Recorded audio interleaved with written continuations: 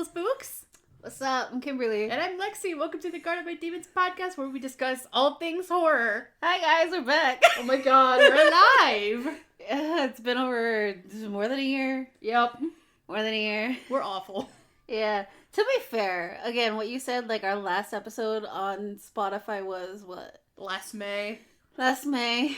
And then if you guys are on YouTube and Patreon, then our last episode was actually in June because I was not able to put our original versus remake Resident Evil 4 edition on Spotify because it was more than 3 hours long.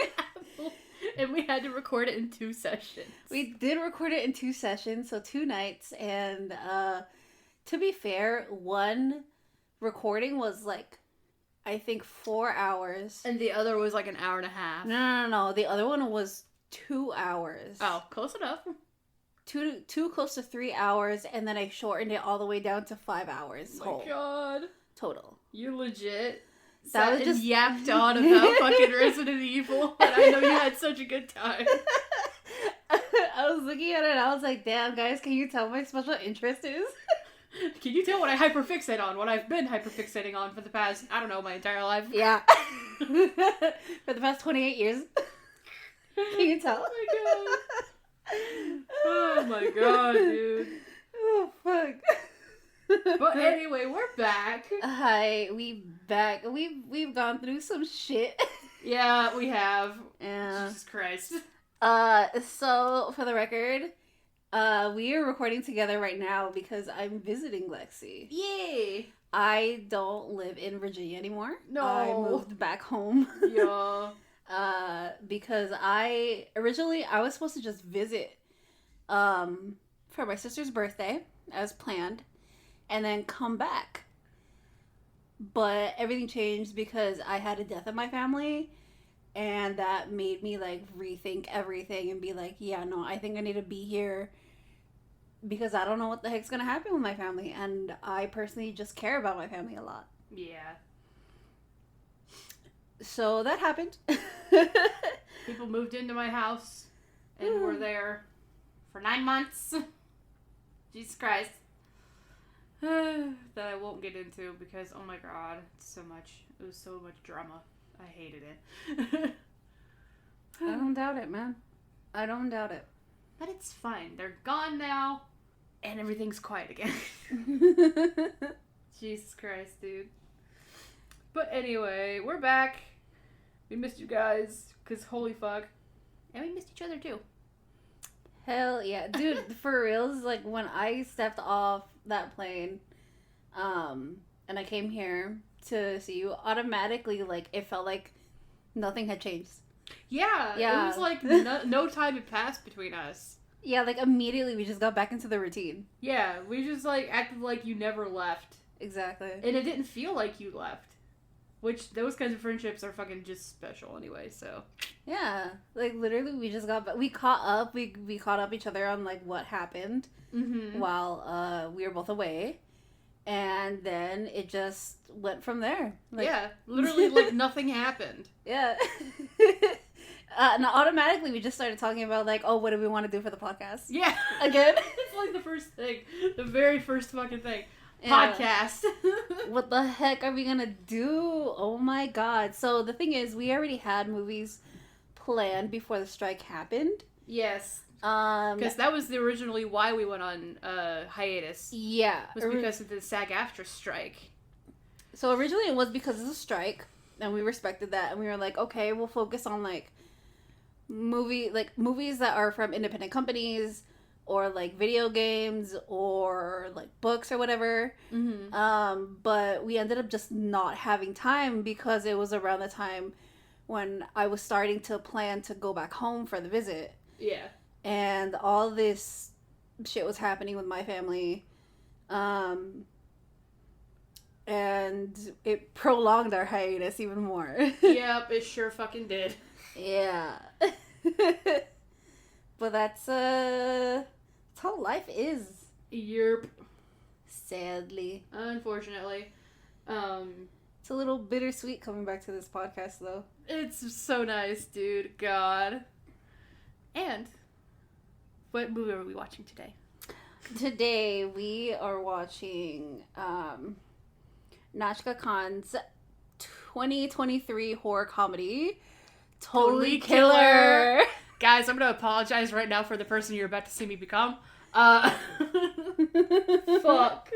I will say, if you like a lot of horror comedies that are like Jennifer's Body, let's see, Scream, any of those, you will definitely love this movie. It's like if Scream and Back to the Future had a baby. Yeah, it's like so campy. I love it. I It's one of my favorite modern horror movies. It is probably my favorite horror. It's in my top 3.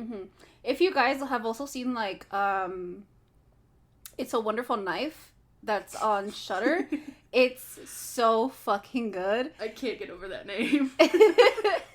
It's pretty much the same format as this one, and it's so good. I love that one. I watched it with my cousin, and we had to keep pausing that movie because we were just discussing these goddamn characters and just laughing our asses off out of everything. It was so good. That was the best movie experience I've had in a while. God.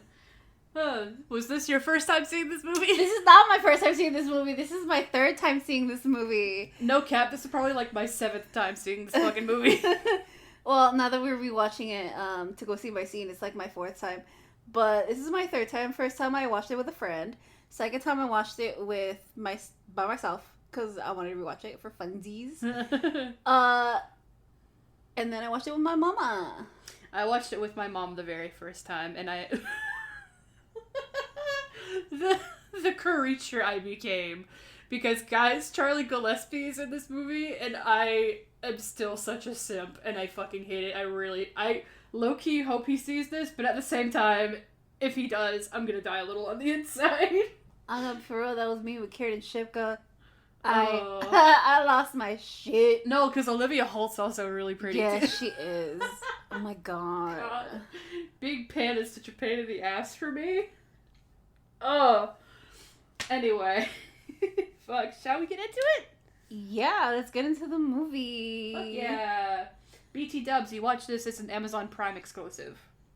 Yeah, it is an Amazon Prime exclusive movie. Oh, man, this fucking movie's great, dude. I love it. Like, Charlie Gillespie aside, this fucking movie is awesome. It's so campy. Oh, man. Oh, it was made by Blumhouse as well. We should probably point out. Sometimes I forget about that. Same. It doesn't feel like a Blumhouse. But it is. Like, to be fair, yes, it does feel like a Blumhouse movie.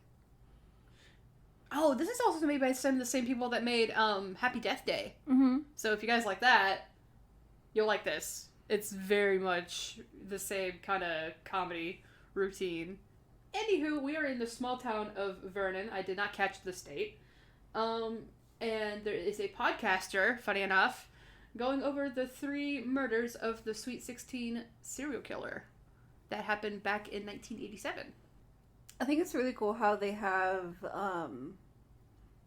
the crime scenes, but like... in miniatures? Yeah, in miniatures. I love that. You know what it reminds me of? Huh. Hereditary. Yeah. In a weird fucking twisted way. I guess in this case, though, it'd be more like Beetlejuice.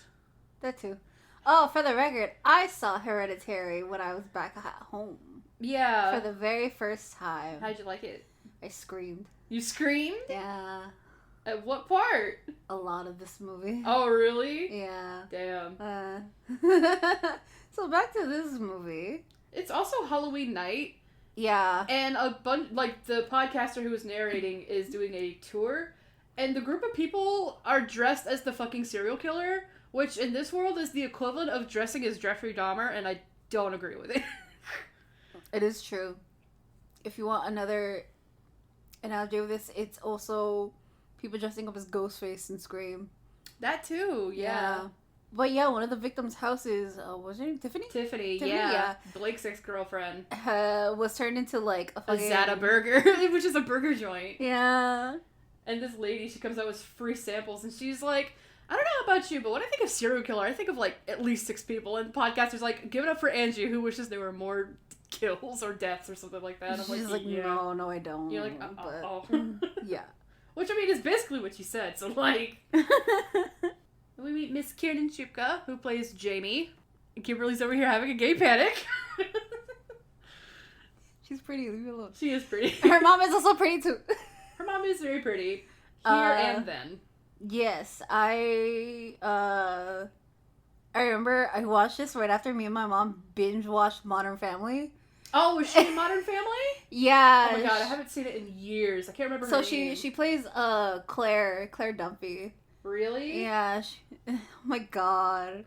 God. It was so weird seeing her in this after watching like 10 seasons. Yeah, I heard people on Tumblr calling her America's Mom or something like yeah! that. And I was like, oh no! So right now, her and her mom are getting into it. Because Jamie's gonna go out to a concert, and her mom is uber paranoid about all of the murders still, even though it's 35 years later in the year 2023. But she still freaks out because her friends got murdered, which is understandable. Yeah, she wants to be protective of her kid. Also, we get to meet her dad. I fucking love her dad. In this timeline and the previous timeline. Both. Her dad grew up to be like the stereotypical super goofy dad, and I love it. Yes, I love it. Oh my god. Like, he's got this fucking muscle shirt on. He's Zac Efron for Halloween, and her mom is Molly Ringwald's character from The Breakfast Club, which will actually come into play later. Yes. I think it's so cute. Oh, man. When we get later into the movie, I will point out a couple of little details that I really appreciate, but I won't do it now. I'm so excited about it, though. But anyway, they're both concerned about her going out to this concert, and Jamie's like, I'll be back before curfew, and she's like, you've given me all of these self-defense things. She's gone through self-defense classes, she has a rape alarm, she has a fucking amethyst crystal from a sidekick, which is funny. It's also my fucking birthstone. Yeah. So she is allowed to go, but her dad has to take her. And he has to wait for her to get out of the concert. Yeah. BT dubs, her dad, at least this timeline's dad, is played by Lachlan. Oh my god, I can't remember his fucking last name. But I know he's in Riverdale, and you and I know him from White Chicks. Yeah. He's one of the cops from White Chicks. Oh my god, it tickled me when I found out about that. I was like, oh my god, I haven't seen that movie in fucking years. Yeah, I think he plays one of the agents in White Chicks. Oh, it's so funny. So now her dad came to drop her off to pick her up. To pick up her friend. Yeah. Amelia, who is uber fucking smart. Oh, yeah. I think it's so funny that, like, they text each other saying that they're outside instead of, like, ringing the doorbell or knocking on the door. Yeah, I mean, that's what Alex does. Yeah, I mean, that's what everybody does now. But what tickles me is he's like, why don't you go rude. knock? And she's like, no, Dad, it's so rude. I'm like, is it? No, what would be rude is barging in. Yeah. Being like, I'm here. To be fair, my cousins just barge in sometimes, and I'm just like, what the fuck are you doing here? And they're like, what the hell are you doing here? And I'm like, I live here. I live in Appalachia. If anybody does that, they're gonna get fucking murked. Yeah. Woo. God. Dude, this makes me so excited for Halloween. Oh, same. Dude. I do love the chemistry between Jamie and her friend. So good. Amelia, yeah. Yeah. So mom is home. She is giving out Halloween. Poor mom. She's home by herself. Pam. Ugh. I love this opening scene so much, dude. It's so cool. Even though it doesn't end well. It doesn't. No. She gets a little spooked right now. Yep, and someone comes up dressed as the Sweet 16 Killer. And she hates the costume, which is understandable. It's in very poor taste. Don't actually do this in real life. Well, it is in very poor taste, but she's a good sport about it because she thinks it's just like an innocent trick-or-treater. Yep, until they pull a fucking knife. And she also took self-defense classes, and she's got fucking guns and alarms set. She's got a gun hidden in a compartment under a shelf. Which, like, damn, man. Badass as fuck. It reminds me of Laurie Strode. Oh, really? Mm-hmm. Oh, yeah, because she fucking basically trained herself and everything for self-defense. Mom is getting thrown around. Yeah, this opening sequence, like with the fighting and everything, the fighting choreography is so good. Yeah, I think it's like, I think some of it's jujitsu, I'm pretty sure. Mm-hmm. Also, she has pepper spray hidden under the couch, and she fucking sprays the killer in the eyes. And all that people are just like, how would you, like, know? Like, how would you know about this? To do that. And I'm like, you just kind of do when you're in that mindset. I mean, her friends got fucking killed, dude. She's paranoid as fuck. No matter what. Yeah, but like... I do want to know how they did this, because... I don't know. With the person going... Yeah. Because he went out through the front door and then came in through the back like 2 seconds later. I don't think anybody's teaming up at this point in time, but I could be wrong. I do, though, low-key, want Spirit Halloween to sell this mask this year. I don't know. I haven't seen anything, because I follow, like, a lot of people that do stock for Spirit Halloween. Mm-hmm. I haven't seen anything from, like, Totally Killer. Damn. Anywho, Mom gets fucking killed, and the cops show up, and 2 teenagers walk in for trick-or-treating and fucking spot her dead body and run out screaming. Which I'm like, fuck. They're scarred now. Cool. And then we get a title card! That's like the saddest shit ever, though. I know. Especially since Jamie left the house without saying I love you back to her mom. Just rolled her eyes because they were arguing. Mm-hmm. And I'm like, that must suck, my dude. And the podcaster, of course, he's on the scene talking like, my friend Pam Hughes has been murdered. I'm like, cool. A way to exploit it. Yeah. So now it's the next day. Yeah, and she's in school. I'm like, bold move, but okay. Man, I wouldn't go to school. No. Oh my god, I cannot believe. So the person on the left is the principal. That's Doug. The one in the middle is Randy. He's the gym teacher. And the one on the right is the sheriff, and that's Kara. Mm. Or Kara. Her name is spelled... Yeah, Kara. Her name is spelled the same way as Kara's from Detroit Become Human. Oh, so, okay. That makes sense. Yeah, so if I get that mixed up, that's why. That's fine. That's okay. But yeah, they're telling them about, like, how to avoid... How to avoid it. How to avoid the killer. Yeah. The gym teacher's like, run. Avoid the knife, keep your life, go Devils. Which, like, that's not... He's not wrong. That's not wrong. That's not self-defense. No. That's just running. But the principal stops Jamie in the hallway and wants to, tell her how sorry he is. Also, Pam was a guidance counselor at the school, too. Oh, I didn't catch that. Yeah, she was. She was a guidance counselor at the high school. Which that makes sense considering her history. Yeah. It's also kind of ironic considering her history, too. Yeah. We'll get to it when we get to it. Oh my god. But, the sheriff, she asks Jamie where her dad was the night of the murder. And fucking Doug is like, you don't want to warm up to that or anything? Uh-oh. Sorry.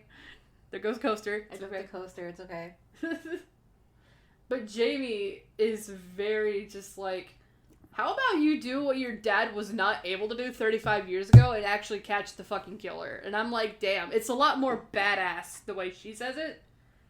Because she fucking tears into the sheriff. Oh yeah, she fucking does. It's fucking great. Love it. People get torn into a lot in this movie. It's fucking funny. It's a very self-aware movie. Yes, it is. I fucking love it. So now we're at Billy's Boardwalk, which is basically a carnival that used to be open. Not only in the 80s, but also 17 years ago. Because here in a little bit, when Blake, Jamie's dad, talks to her for a moment, it was open 17 years ago when they found out that they were pregnant with Jamie. So it's been closed for at least a decade. Yeah. But anyway, they're holding a science fair here, and her best friend Amelia is making a time machine. That's from her mom's notebook. Yeah. Because her mom was also a genius. But she can't, get it to work. There's, this one part that she needs. Yeah. I love that this dude came up to her with a fucking bucket of compost and be like, hey, what is this? And I'm like, my dude, You literally have shit in a bucket. What do you mean? Oh, and the time machine needs Wi-Fi too. I forgot about that. Oh, yeah. But we also find out, this is some shit you and I would do. Amelia has the time on the panel set to October 27th, 1987, which was the day the first of the Sweet 16 murders started happening. So yeah. She figured that if they could stop the killer, then her mom would still be alive. Which is some best friend shit, for sure. That is some best friend shit. Dude, this scene when she's walking back home reminds me so much of Halloween. It looks eerily like Pasadena to me. It does. Even though it was not filmed in Pasadena. No, it looks a lot like it though, doesn't it? Yeah. Because we get the whole, this truck drives by, then suddenly the killer is down the road standing in the middle of the fucking street. And she's not aware. Oh yeah, the podcaster, his name is Chris Dubasage. And he's the one who's been making a podcast about just the same 3 murders for God knows how long. So fucking long. My dude, just become a true crime podcaster. Yeah. I mean, it's a little in poor taste to, I don't know. If it's something so personal to you, then it's fine. But he's clearly just leeching off of it. Yeah. You can just tell that it's just for like the money. Yeah. And to be famous. Dad comes in to check on Jamie. I fucking love Blake so much. There's something about this scene right here that reminds me, even though it's not the same actor, it reminds me of Charlie because he's got kind of like this moment of like boyish just charm, I think is what it is, when he's talking about Pam. Mm-hmm. And I'll point it out to you here in a second because it just reminds me of Charlie so much, and I think that's why I think he was perfect for a young Blake. I don't know why. It was just, I don't know. But he explains that they were all friends in high school, and he does not like Chris Dubasage. But him and Pam did not get together until after they got home from college because it would have never worked out in high school. Mm-hmm. Look at right here. That is what reminds me of Charlie. Just the kind of like shy, boyish smile. And I'm like, man, Blake loves Pam. This shit hurt my feelings a little bit. But he tells Jamie about when they found out they were pregnant with her. They went on the quantum drop, which is basically you go in and it uses gravity against you and you're like pressed up against the wall the entire ride. I don't know how to explain it, but they were both throwing up a lot. Pam didn't stop throwing up and she took a pregnancy test and just that was it. And I'm like, damn. Blake tells her to not listen to Chris anymore, like his podcast, and then she meets up with him in a cafe the next day, which was kind of funny to me the first time around. I'm like, bruh. Well, yeah, I mean, she wants answers, though, because I mean, the fucking sheriff even told her, like, oh, we think, like, they had an affair or whatever, like, yeah, her mom and him. But it's text. like, that's far fucking from it. That's far from it. No, They weren't. No. Nah. Also, his dad is, like, a super famous weather guy, and he's got a Pulitzer, and he keeps getting compared to his dad, which will be important later. But he presents Jamie with a note that says, "You're next" one day, and tells her that her mom got it in her locker back in 1987 and didn't tell anybody about it because she didn't want to make it real for her. She was afraid to talk about it. Ugh, sorry, it's tying up my hair. Which, I mean, first watch, it does seem a little, like, off that she would just not say tell anything. anybody. Yeah. Yeah, because that's kind of like, hey, I might get killed one day, but I'm not going to tell you about it. Yeah. Okay. Okay, Chief. But Jamie goes back to Billy's boardwalk to talk to Amelia because she needs to go back. She's telling Amelia that her mom was basically tortured her entire life psychologically because she thought the killer was constantly after her. But then there's a fucking foot chase. Because the killer does come out of nowhere while she's trying to talk to her friend. Sure enough. And then, so she runs back to where the science fair is being held. And into the time machine, which is a photo booth, by the way, that's been modified into a time machine, which I really like. And she pushes a button, and it gets activated. And it draws the attention of the killer. And then he when in the tussle, he stabs into the panel, and then she's fucking thrown back in time to October 27th, 1987. And the song... It's a cool sequence when she goes back in time. Very cool sequence. And the song Venus is playing as she arrives, which now it's on my classic songs playlist. Wow. Everybody knows the song because if you've seen a Venus commercial, I guarantee you've heard the song before for the Razors. I do like this effect, though, where it's stepping out of the time machine, and it's like a fisheye lens looking around at everything. It's a cool thing when you finally see, like, how it was when it was fully functional. I know, man. It makes me want to go to the fair. Same. I love all the colorful clothes, too. Oh my god, I love 80s style. It's so neat looking.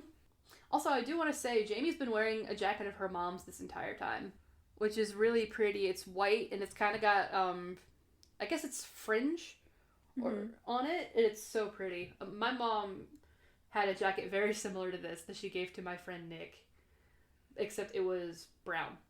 It was really pretty. And the time machine pops out a little picture of her and the killer tussling in the fucking booth.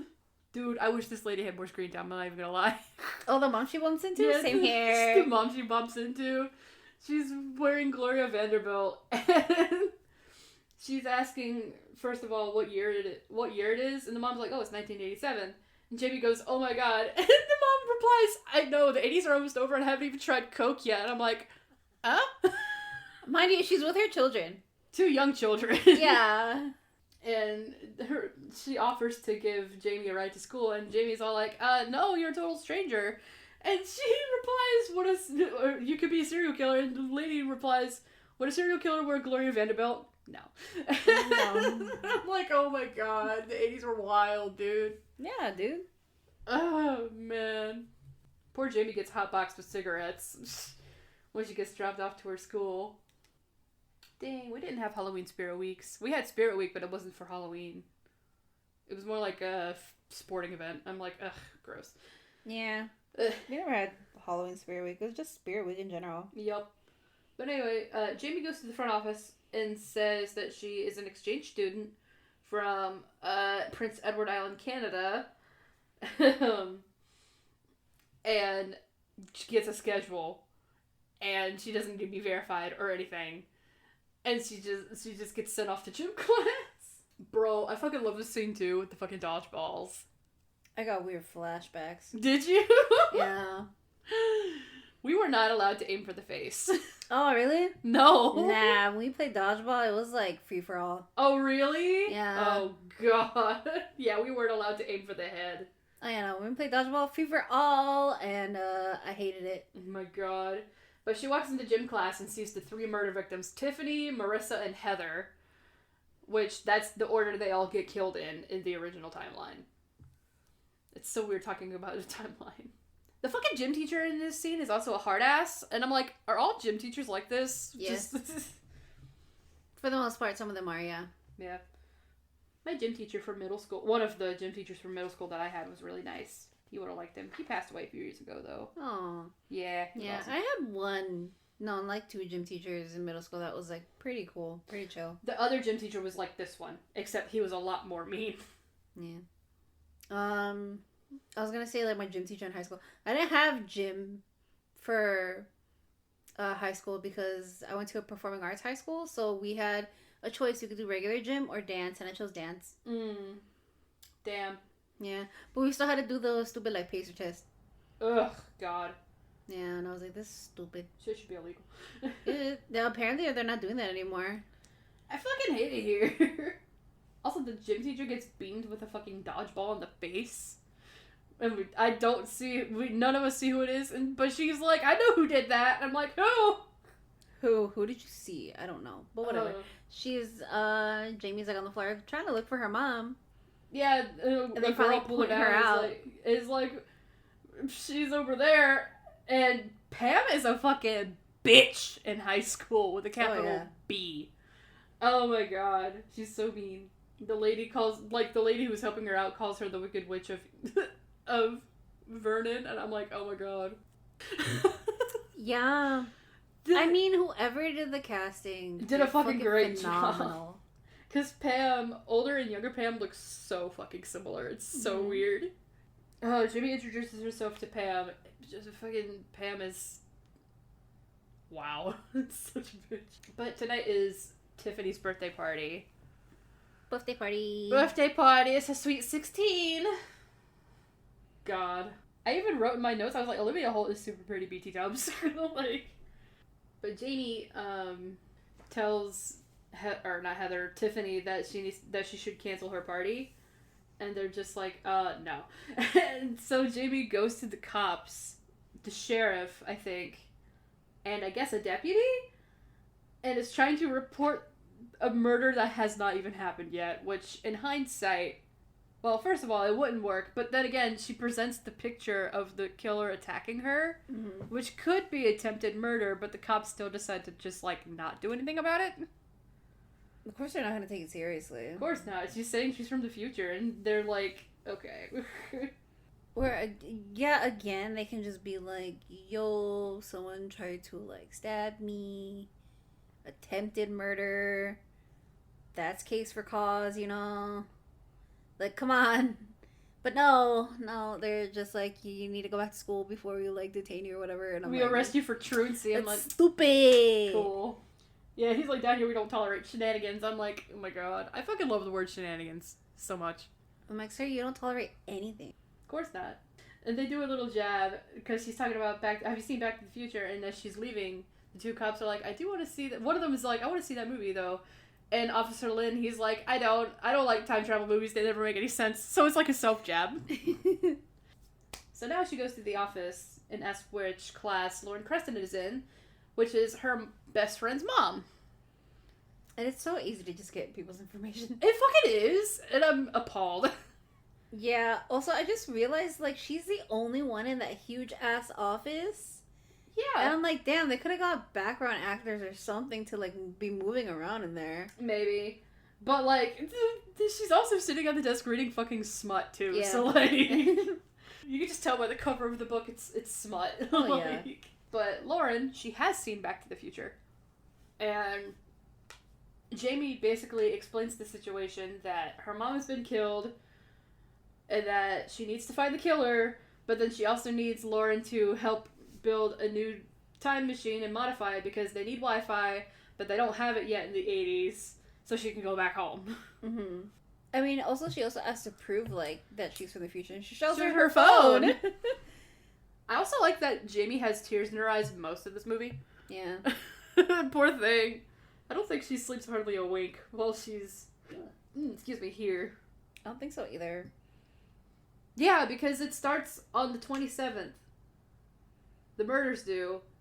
And then it ends on Halloween. She's there for 5 fucking days. Oh my god. I would actually, like, not be okay after her. No. The whiplash. But she takes Lauren to the time machine, and we learn that Pam, Tiffany, Marissa, and Heather are all known as the Mollys because they all love Molly Ringwald and they all dress like her. Which I'm like, good for them. You know what? Sure, I'll burn a fun fact. The reason why they did this is also reference to Heather's. Oh, really? Yeah. Is that why one of them's named Heather? Mm-hmm. I didn't know that. That's fun. So Lauren sees the time machine, and Jamie says that it didn't work before until the killer stabbed the panel with his knife. And Lauren was like, oh, it needed an extra metal conductor. And that's literally all that it needed to work. Yeah. She was so close the first time around. Also, she just casually has a nail gun in her book bag. Being like, well, I read all my books, tools are more useful. And I'm like, that's fair, but like a nail gun at school? It's the 80s. It is the 80s. Now you would get fucking, like... At least suspended. Suspended? Depends. You get the cops called on you, though. For sure. But Jamie's like, you're taking this really well, by the way. And Lauren's like, well, I you don't start thinking of how to create time travel without thinking of the possibility that somebody in the future might come back and ask for your help. Which is very true. Yeah. It's very true. And poor Jamie, she's like, now, if I change something here, will it cause a rift in the space-time continuum? And a really good way that they've explained this is that time is constantly moving at the same time as as just itself. And so she's like, think of it like a river. You jump in the stream, get out, and go upstream and jump back in again. So everything trickles down eventually. So whatever changes you make here, they will not interfere, but change in the future, theoretically, for the better. Mm-hmm. So now we go back to 2023. Jamie is missing, and Blake is probably losing his fucking shit right now. Well, clearly he is. Yeah, poor guy. The dude just wants his daughter back, man. He does. It's so... Ugh, God. I kind of, it's not really a gripe, but it's like kind of a nitpick. I kind of wish that we learned a little bit more about Blake in the 80s. Yeah. Which I know is just probably me being a little biased, but like, I'm like... No, but the thing is, like, we learn more about the other characters than we do him, too. Yeah. But I guess also, we don't really know much about him even, like, in the current timeline, you know? Yeah, I guess. But Amelia is told Blake that she must have gone back in time. The cop is not having it, car is not having it. And then we go back to here, and we're outside of Tiffany's house, which looks fucking awesome. And it's her birthday. It's the party. Dude, her house looks so good. It does. Fucking... I'm gonna ask this now, just because I'm fucking curious as shit. Who's your favorite character? Like, in the past. In the timeline. Amelia's mom. Amelia's mom? Yeah. Lauren? Yeah. Fuck yeah. I like Lauren a lot. Oh man, I don't know who I really... I like Marissa a lot. Marissa? Yeah. She's fun. I think Marissa's the least bitchy out of the Heathers, the Mollys. Yeah. I accidentally did it. Oh my god. Although, I didn't like Randy at first, but I've warmed up to Randy. Mm-hmm. He's very goofy. He's a meathead. Although, Kara's really cool too. Fuck, dude, it's hard. I love these characters. But,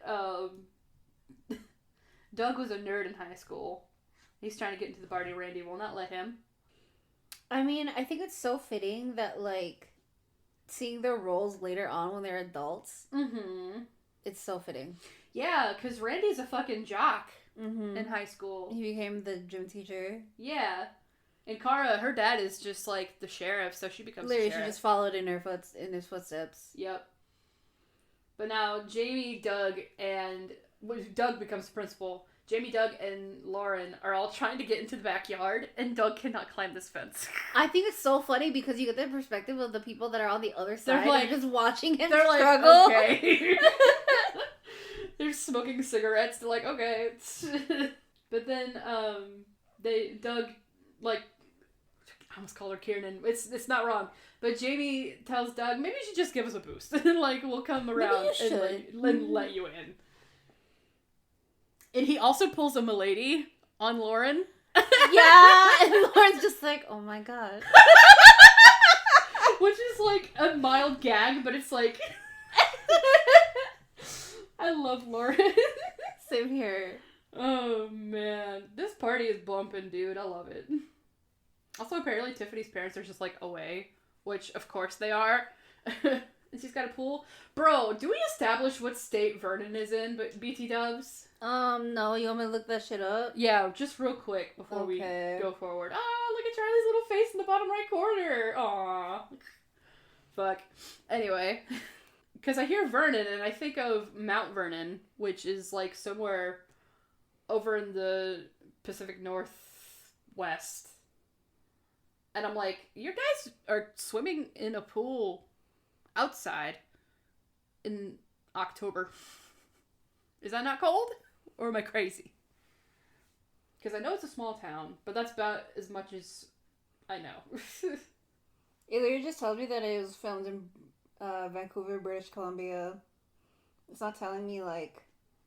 Canonically where it is? Yeah. Damn, that kind of sucks, actually. So, let me see, hold up. No, just a small town of Vernon. Really? Mm-hmm. Huh. I'm surprised, actually. Anywho, there's a fucking party, there's people smoking weed and making out and fucking swimming in the pool. And this is where we meet Jamie's dad for the first time, and I'm not even gonna look at the TV because my face is already turning red. Blake gets out of the pool, and it's Charlie Gillespie, and if you guys know what he looks like, I don't even need to explain myself right now. I can't even look at the TV. I'm looking at the ceiling fan right now. I'm looking at the TV. Fuck. I'm weak, y'all. I don't know. This reminds me. It's fucking relevant. I swear it is. It reminds me of the new Descendants movie. Really? Yeah, Rise of Red. Because basically in the movie they go back in time too. Really? Oh god. Yeah. So they go back in time. Oh girl, I'm warm now. Fuck. Fuck. And it's like they meet Cinderella's dad when he's younger, and I haven't seen any of the Descendants movies. yeah, this is new though. So you know Brandy's like Cinderella, right? Mm-hmm. It's canon that they are descendants Cinderella and Prince Charming. Oh my god. Yeah. So they see Cinderella's like daughter's basically like Prince Charming when he's younger and he's attending Ordon. And it's so fucking funny to me because like Red, she's a daughter of the Queen of Hearts. Yeah. She's like, oh okay, like really into him, and Cinderella's daughter's just like, that's my dad. Yeah, because Jamie is looking at Blake, not knowing it's Blake, and she's like, that guy is insane. And Lauren's like, Blake Hughes? And she's like, that's Blake Hughes? That's my dad! And this was like, oh my god, if Charlie sees this, I'm so sorry for what I'm about to say. But I was watching this with my mom the first time I ever watched this, and she said that. She says, oh my god, that's my dad. And without hesitation, not missing a beat, I go, well, I'm about to be your mom here in a minute. And I'm like, oh my god, I fucking cannot believe it came out of my mouth so fast. I remember you messaged me that. I was like losing it. Mom laughed at me so hard, dude. It was without hesitation. I don't know if I should be proud of myself or ashamed. I don't know, man. That shit was just funny. If Charlie sees this, it's gonna be the end of my life. I'm Look, gonna man, go missing. if he by chance fucking does, Can we interview you? one, yeah, can we interview you? Two, he'd think it's fucking hilarious. Yeah, So, he's like, read don't fucking sweat fan it. fiction of fucking Julie and the Phantoms. I know he'd find it hilarious. Yeah, so like, don't fucking sweat it. No, because, like, I also watched, do you know that Aussie guy I told you about, Abnormally Adam? He reacted to Julie and the Phantoms? Uh-huh. Charlie loved his reaction so much that Adam got to actually interview him. Oh my god. And Owen. Not the same time, but... Yeah. Oh my god, dude. So, yeah, he would find it hilarious, but fuck, dude. Y'all, this is, the person I am. I hate it here. I do want to know, though, how in the world was Doug not able to get into this party, but Chris Dubasage was? You know what? I don't fucking know. God. But yeah, Blake threatens to break his camera because this dude's taking pictures, and he's like, dude, there's beer everywhere. You're trying to get Tiff grounded for life? I'm like, that's fair. I mean, but Randy kicks Jamie out, burps in her face, which is gross. That reminds me of Mason because Mason does that. And Doug is like, oh, bro, what? He looks so concerned. And Jamie's like, is that a real person? Well, I mean, yeah, he looks concerned, but he's also just like, you know, I'm really glad that you're just being bullied and that you forgot to unlock the door for me. And then Kara tries to stop her from going in again. And fucking Jamie roasts her, saying that she's gonna grow up to be a miserable person, rocking an unflattering haircut that makes her head look like a ping pong ball. And I'm like... And Kara looks astonished. She's like, what? So now we come back into the party. Him and Tiffany are together at this point. Until like 2 seconds later. He's storming away from her and she's crying. And Jamie asks what happened. And Tiffany tells her some narc told him that she was making out with Eddie Royal. And Jamie was like, you were making out with Eddie Royal? And she goes, yeah. Which I found so funny. And I don't know why. I'm like, bruh. Okay. Oh, fuck, dude. I'm so giggly right now. But Jamie lets it slip that she knows who his band is. So now Tiffany thinks he's famous, and now she's actually gonna go deliberately make out with him. I'm like, cool. Oh, God. Also, we get to see some of Jamie's self-defense here, which is really fun. Yeah.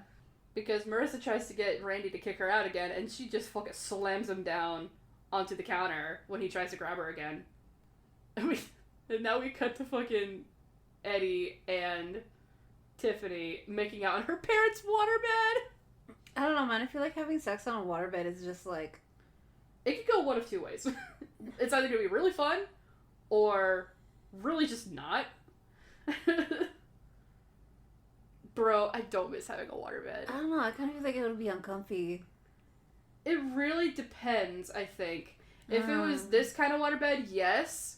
But if it was my parents' waterbed, because theirs had, like, a mattress wrap on it that you zip on and off, and the bladder sits in the mattress itself, then it's not as jiggly. But I think it wouldn't be that bad on that type. My type of waterbed, yes. It would be very uncomfortable. That makes sense. So Jamie's looking for Tiffany. Yep.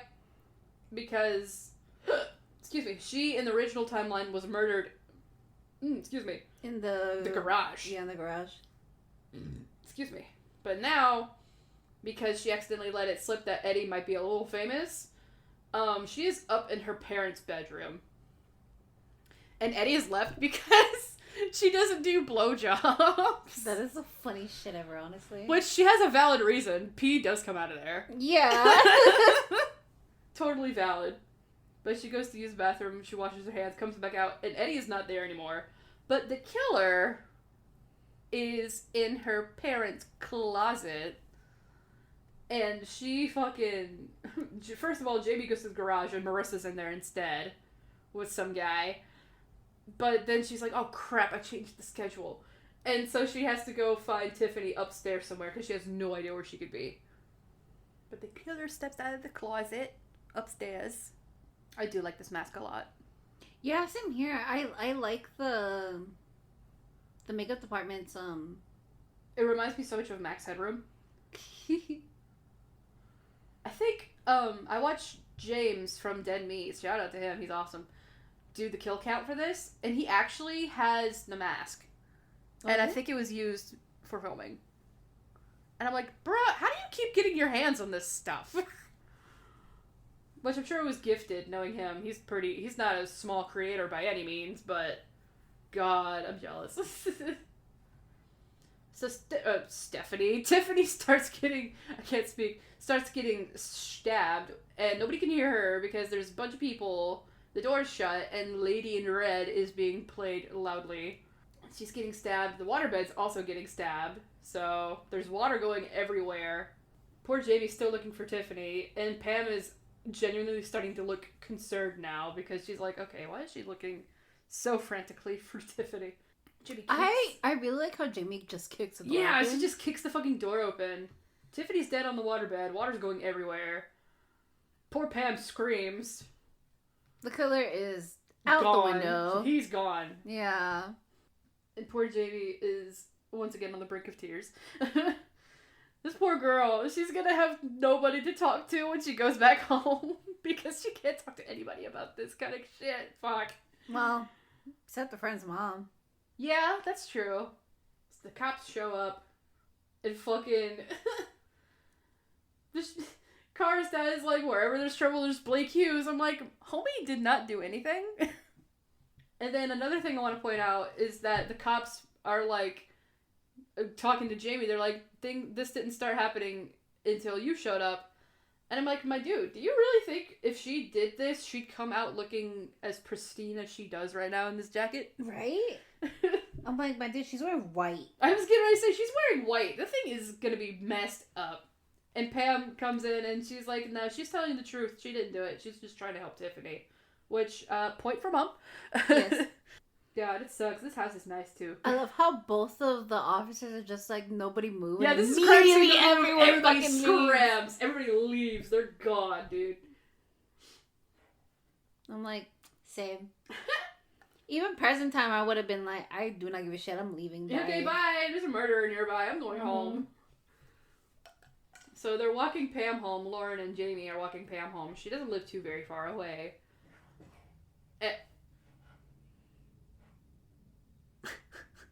Sorry. There's a cat. We have a kitty. We're cat sitting.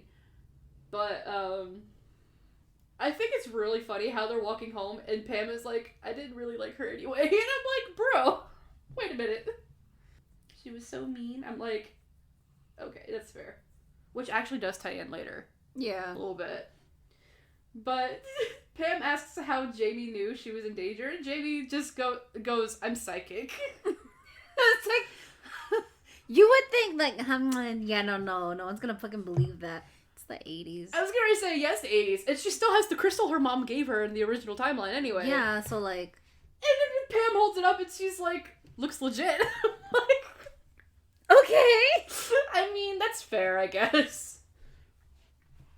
But Jamie tells her that her and the rest of the Mollies are all in danger.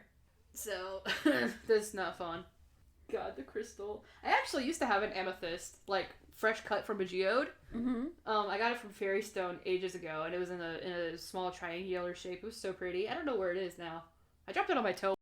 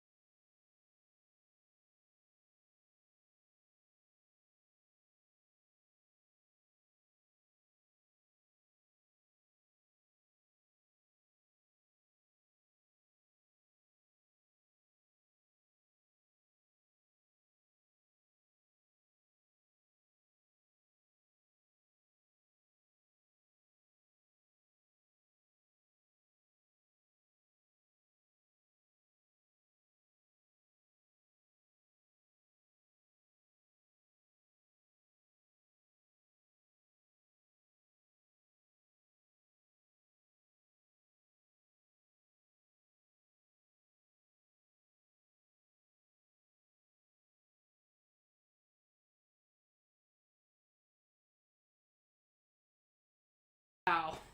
That is insane that this actually worked. Eddie's last name is actually Cockburn. That is such an unfortunate last name. Oh my god. I never caught that. It's fucking hilarious. No wonder he likes to be called Eddie Royal. Oh my god, you poor bastard. Jesus Christ. They go to school the next day. We're back in 1987. There's a bunch of memorabilia at Tiffany's locker, except there's like one note that says burn in hell, and I'm like, damn, okay, that's fair. But now Pam and Blake are like hardcore flirting now. Oh yeah. It's quick, dude. And Jamie asks Amelia asks Lauren if she fucked up her parents getting married, and if she would just like disappear. And Lauren's like, no, you'll just nobody will know who you are, and you'll have no family to go back to. And then finishes it off with, "See you see you at lunch," and just one goes off to class, and I'm like, oh my god. That's like some shit we would do to each other. Yeah. Just say something so nonchalantly. And then, okay, talk to you later. Like, something so terrifying or something so, like, it's just really fucking bad and just be like, okay, bye. We'll see you later. Fuck, bro. I'm like, alright. Sweet. Jamie's reaction, she's great. So, like, Marissa pokes some fun at Jamie for wearing the same jacket again. Mm-hmm. And I'm like, are you one of those girls who wears an outfit one time and then throws it away? That's where my brain immediately went. And I'm like, my dude, what do you mean? And Pam is being sweet. She's like, I like your jacket. And I'm like, fuck yeah, you do. Fuck yeah, Mom. Thanks, Mom. And they bring up a girl. They call her Fat Trish, which is fucked up. Very. Because they think that they'll probably put something in the yearbook for Tiffany, and because they did it for Trish. Mm-hmm. And Jamie asks how she died, and Blake's like, she got into a car accident, and her alcohol level was really high, and the car wrapped around a tree, and I'm like, that's fucking fun. Which, that'll be important later. Really important, actually. Yep. But then Jamie unfolds the letter, or the note that Chris said her mom had in her locker, the one that said, "You're next one day." But Pam never brings it up. She never got anything in her locker. Not yet, at least. And Marissa's considering canceling her party because it feels in poor taste. And Jamie suggests that they go on a girls' trip. Mm-hmm. Which I actually really love. That sounds like fun. It does. To the city. Please. Where it's densely populated. And then Marissa follows up, it could be fun to go to my parents' condo, which sounds like it should be in a city. Anytime anybody brings up a condo, I feel like it's in the city. Yeah. Or at least a suburb. Yeah. This is not. It's not. Because it ends up, to jump a little bit, it ends up being in a fucking cabin in the woods. Where she's supposed to get killed. Mm-hmm. Oh my god. And we do get a red herring here, because they're in science class, and Jamie has to partner up with a guy named Damon. Damon? I don't know why it came out like that. And he's drawing violently in his notebook. Yeah. And writing really concerning stuff that would probably get him expelled if it happened in this day and age. It's basically like school shooter. Yeah. Type of thing. Yeah. But I actually really like Damon, so like, he's pretty chill. He just needs help. Damon is also Trish's brother. Mm-hmm. So like, yeah. There's that. Guy has issues. Somebody help him. Therapy.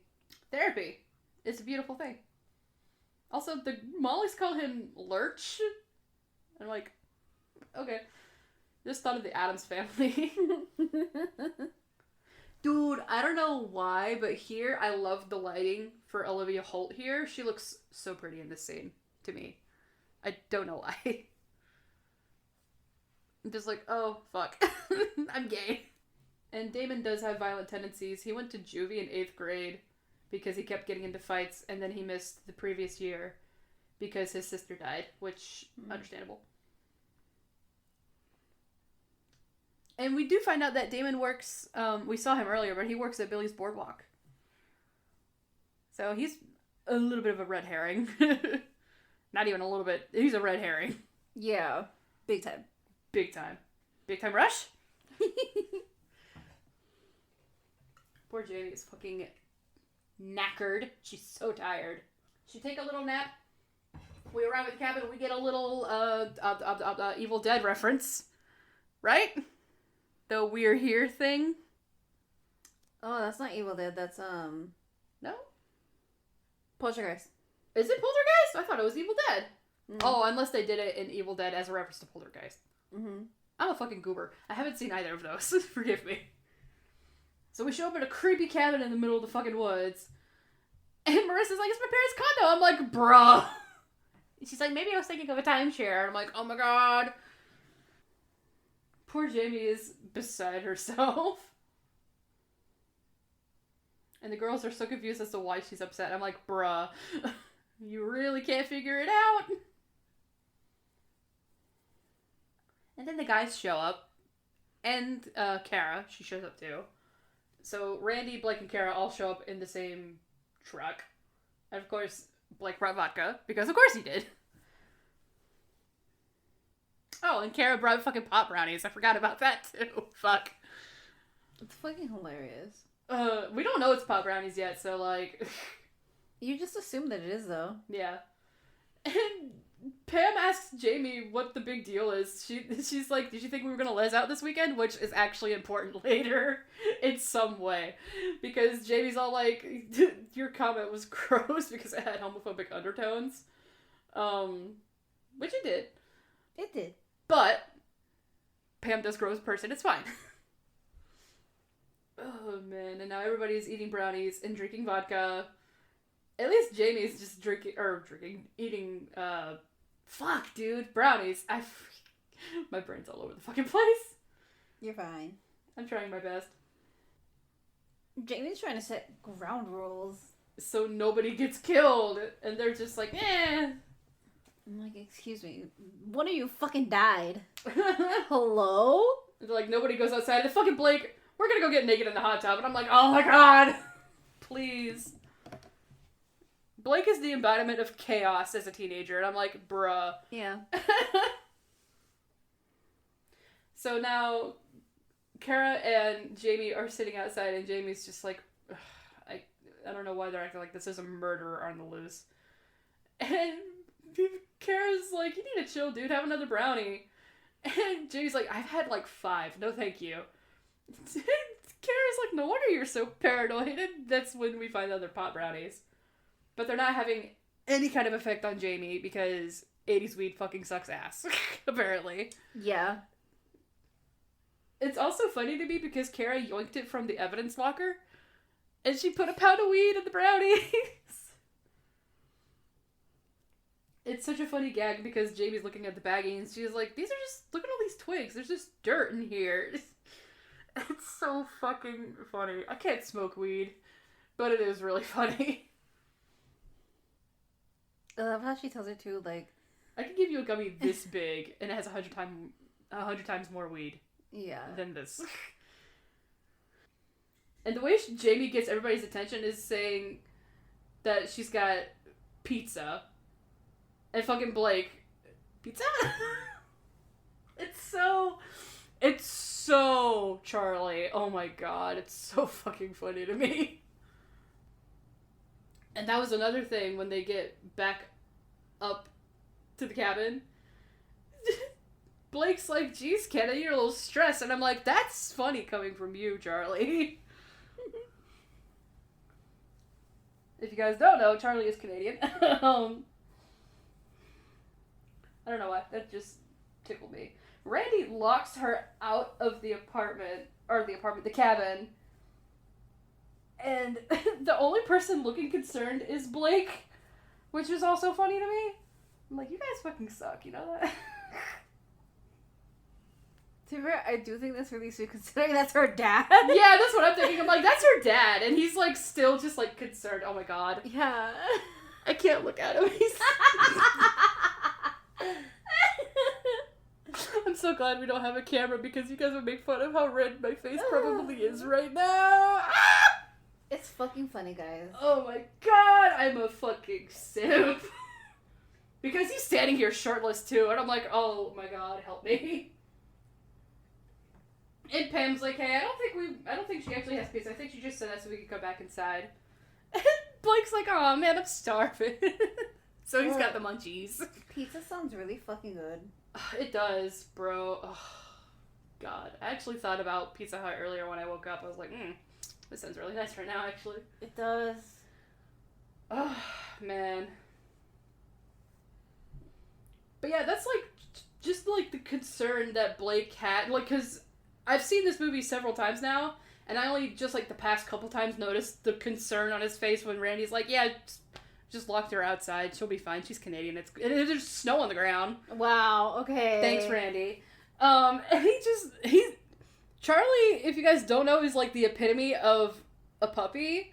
He's got this way of expressing his, like, just his emotions, and he looks like a kicked puppy, depending on what it is. And that was just, like, one of those moments where he's like, huh? He looks really concerned. And I'm like, ugh. But like you said, it's really sweet, because, yeah, that's her dad. And I'm like, bro. What the timeline where Jamie is a daddy's girl, which I think would be really cute. I think it would be really cute, man. Oh, man. But Jamie's trying to get in the house, but there's an upstairs window wide fucking open. And somebody has gotten into the house. Gee, I wonder who it is. Oh, man. Oh, and BT Dubs, fucking Pam said that they could just improvise a pizza. So, they are so stoned, dude, because they've got fucking white bread, ketchup, and apple slices, and apparently that's the ingredients you need for a fucking Hawaiian pizza. And I'm like, is this a jab at people who like pineapple on pizza? I feel like it is. I feel like it is, man. And, oh no! Oh, fuck, I fucked up. Oh, fuck. God damn it, I fucked up. I accidentally pressed restart. Why would you automatically do that instead of doing the play thing? I hate it here. It's okay, I know where we were.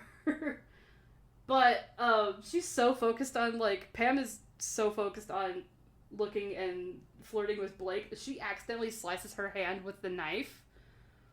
And Olivia Holt needs an award because she lets out the most convincingly blood-curdling scream I think I've heard in a long time from a fucking movie. And she just sliced her fucking hand. Oh, man. Blake's freaking out, oh my god, your hand.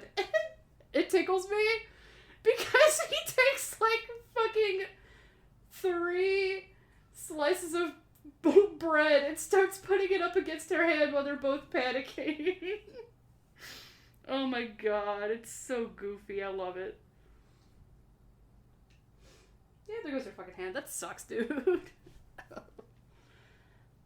She's either just, like, way too stoned out of her mind and drunk, but also the knife must be really sharp because she didn't even notice at first. If it was a dull blade, then she would have felt it quicker. I can't get over him putting bread slices on her hand. It's so goofy. Oh man, this movie's funny, y'all.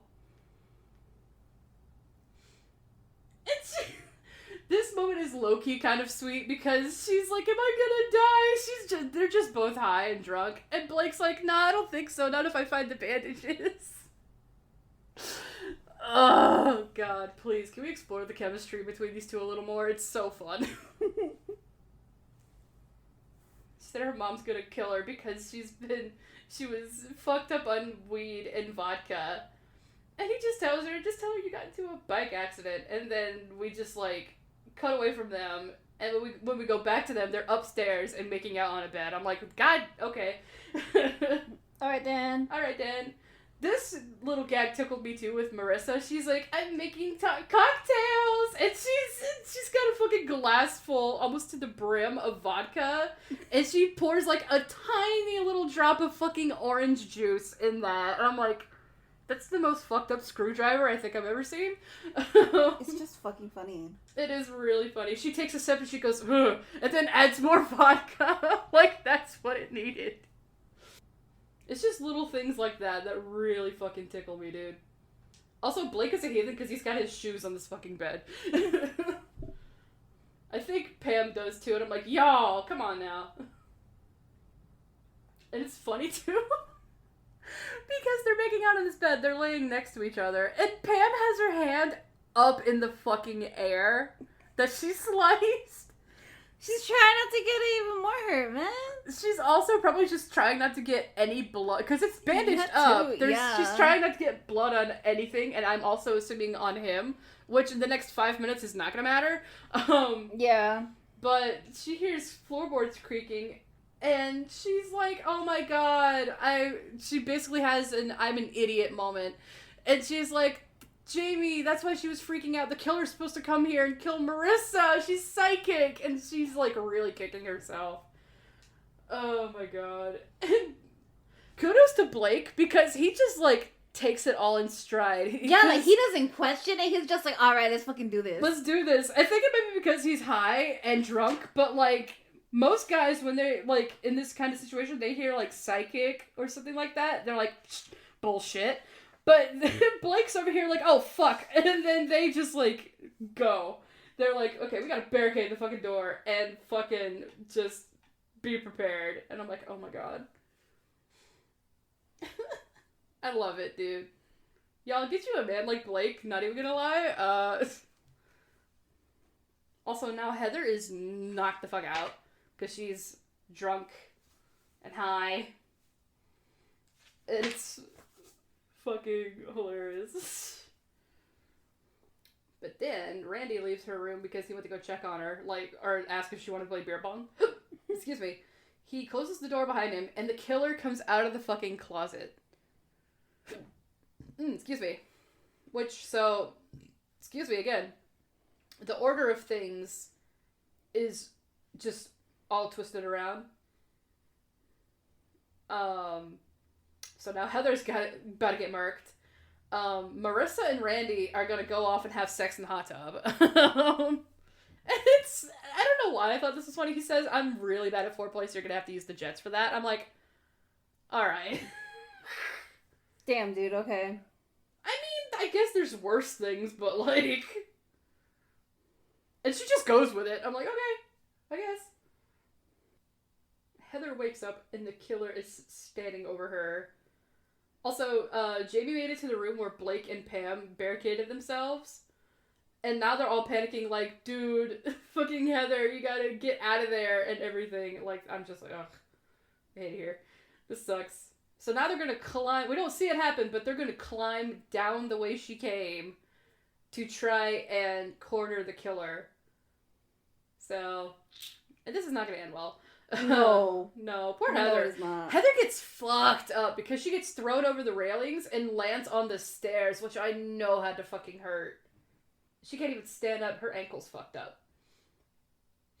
And I would like to point out that the killer does not get 16 stabs in because fucking Blake comes in like a fucking bullet and starts pounding the shit out of the killer, which does earn him a stab in the shoulder. Which I freaked out the first time I saw it. I was like, oh my god! No, the timeline got even more fucked up. But then Jamie comes in and smacks the killer in the face with a piece of firewood, which was badass. And then Pam comes in, smashes a plate over his head. So we got, She tried. She did try, but she gets knocked out, poor thing. So we got, like, family going after the killer right now. And Blake comes at him with a fucking fire poker. Which would fuck anybody up. Oh, yeah, it would. But thankfully Pam is just unconscious. Yeah, Pam is unconscious. But Heather is fucking dead with a capital D. And this is what I mean by trauma bonding. Mm-hmm. With Blake and Pam in particular. They totally trauma bonded after this. during this, I should say. Here's another one of my favorite gags. Jamie, being from the year 2023, probably very much aware of true crime shit, brings a baggie with a bloodied up paper towel to the police, and they're like, what the fuck are we supposed to do with this thing? And she's like, you got the killer's DNA? And they're like, yeah, okay. And then they toss it aside. Which James pointed this out in the kill count. This kind of DNA was, like, scanning, like, the database was around, but it was in 87, but it was slowly trickling out, so it probably wasn't in the small town of Vernon yet. No, it wasn't even in the US either. It was in the UK. Oh, that's right. It was in the UK. He did say that, didn't he? Yeah. So that's fun. So it hadn't even reached us yet. Nope. And then Blake, like, accuses Kara, which he does have a legit reason, because I don't know where Kara went in this scene. Yeah. We know that Randy and Marissa were in the hot tub. Kara apparently hid somewhere, but Blake is like, where were you when the killer was around? So he kind of accuses her right then and there. Which is understandable, because I don't know where she was. Apparently she hid, so... That's fun.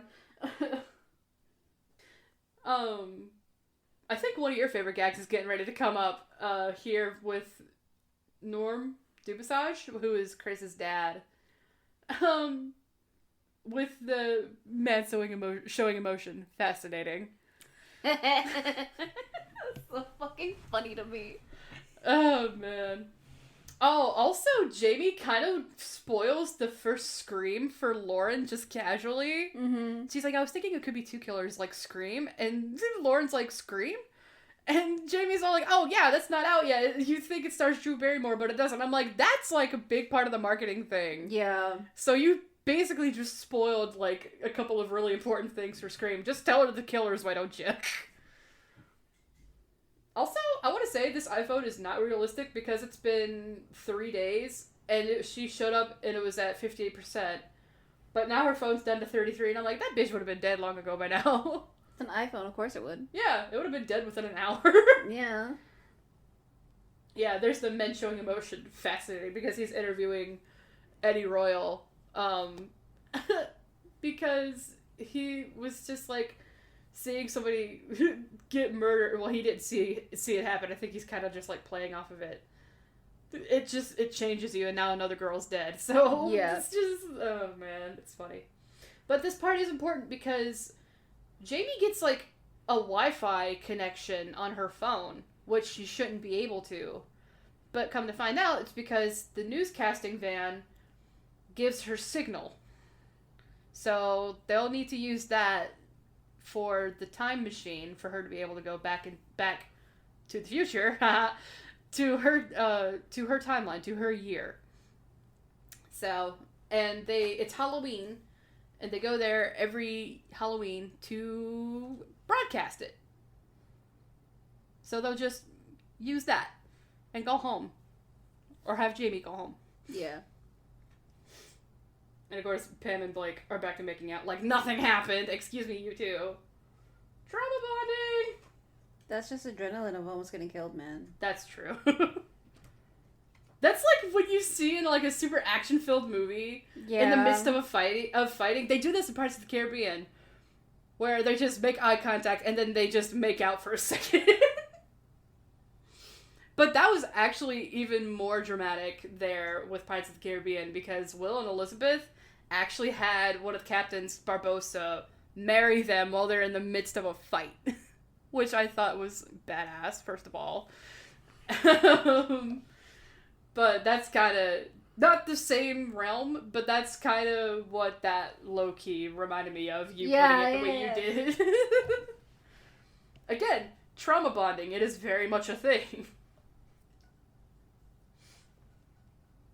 But Jamie sees Damon come in with his van, which I have to say, I love the logo with the snake in space on the side of it. It looks so fucking cool. But she goes to look at his van in the middle. She's got a bathroom pass, which is a plunger, which is really funny. But she checks the back of his van, and there's literally nothing back there of note. It just smells bad. And there's video games. And this is where we find out Damon is, like, kind of just, like, a nerdy guy. Honestly. Yeah. He's just there. He's just there. So, he's just... The red herring, he's just a guy. He's cool. He's somebody I would like to hang out with, to be honest. But he does scare her, and she kicks him in the face. Fucking ow. Oh, yeah, he was parked outside of Tiffany's party. I forgot about that. Mm-hmm. He wanted to go, poor thing. He's like, I know people think I'm scary, but I'm not a killer. And I'm like, aw, poor thing. Give him a hug. And Doug shows up. Doug is a hall monitor. And him and Damon kind of nerd out over video games together for a second. And Damon expresses that he wants to make them one day, which, good for him. We also learned that Doug took karate for 8 years in a mall, which is really funny to me. In a mall. In a mall. Tom's dojo at the mall. I'm like, okay. Which, I mean, it could be legit, but, like... It was the 80s. A lot of shit was in the mall, man. That's true. Pilates was in the mall. Pilates. I hear Pilates, and I just think of Julie's aunt from Julie and the Phantoms. I'm off to Pilates. I'm like, bruh. So we go back to Billy's Boardwalk, and Creston, that's her last name, Lauren is trying to fix the time machine, but it is too modern for her to be able to work with, so they need a new source of power, because the machine itself, she has the time machine in her hand, but the booth is basically a power button. Mm-hmm. So they need to find something else that will basically defy the forces of gravity, so she can get enough force to be able to go back to where she needs to go. Okay. So you... Right. Anyway, we go to the quantum drop, and fucking... Have you ever been on one of these rides? I haven't, but I'm just asking if you have. Yes, at, like, the state fair and shit like that. I don't know if we have one of these at our fair. But Jamie and Lauren come in, and Jamie's all like, we've been sit by the state, one of the panels is loose, and the guy is like, quantum drop goes down, Ned goes on break, and I'm like, oh, it was just that fucking easy. So Lauren is gonna stay there and set up the time machine. But now, we're all gonna team up. Mom, dad, daughter, and her aunt and uncle, I guess, is what they would be in this case, are gonna team up at the House of Horrors, which I think me thinks is probably your favorite section. Yeah. Because it's so just horror. And they're all gonna get the killer together. I love the way Blake looks at Pam here. Just, oh, man. But they're gonna send in Marissa as fucking bait. And I feel bad for her. But Jamie does give her the rape alarm, which is obscenely loud, but it's meant to be. Mm-hmm. Can you imagine hearing this in the movie theater? I'd go my God. Deaf, dude. Oh my God. But the way that Jamie calms her down is like, just act like you're gonna go to the dollhouse of horrors, like you're getting ready to go blow somebody, like, because that was brought up earlier in conversation when they were on the way to the cabin. That's what she does. She likes to go down on people in the dollhouse of horrors, which sounds like a bad idea. But oh well, you do you, I guess. Get it?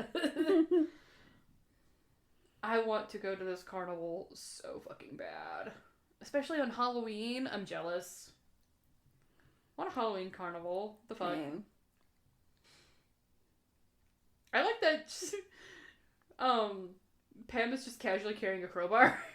And they run into Kara, who is just like, I feel like you guys have been avoiding me since the cabin because Blake turned everybody against me. And they're just like, no, it's fine. Which is essentially what happens here.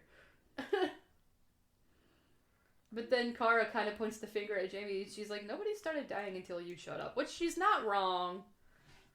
But it's just bad timing, is what it is. Well, it was deliberate, but also, I don't know. Mm-hmm. But apparently young Chris saw Marissa and the killer on the boardwalk. And it just flashes back to 2023. And this man convinced me for a little bit because he seemed genuinely concerned about Jamie. He was like, we gotta get her out of there. So I'm like, fun. Dude, we get to Dollhouse of Horrors, and there's a sound effect that was in one of the live action Scooby-Doos, and you and I were both like, yeah. Oh, Scooby-Doo! I know you probably wouldn't like going in there. I was like, would I like doing this? I was just thinking that. But, it's in the 80s. It probably wouldn't be nearly as scary as it would be today. I don't think. That's true. Of course, it's probably a lot less safe, too, to be honest. But it's hard saying. Also, everybody did a fucking great job blending in this scene because I didn't even realize the first time I saw this that was Pam standing there and that was Randy sitting there because they were holding fucking still. Mm-hmm. And this is another little moment I like is when Blake and Jamie are side by side in these makeshift toilet stalls getting ready to like team up on the killer again. I don't know. I just like the father-daughter dynamic of like beating somebody down. Same. I really like it a lot. I don't know. I always like watching people go through haunted houses. Oh yeah, no, same. It's very fun. There's also when I can't go to horror nights, I love watching people going through the mazes.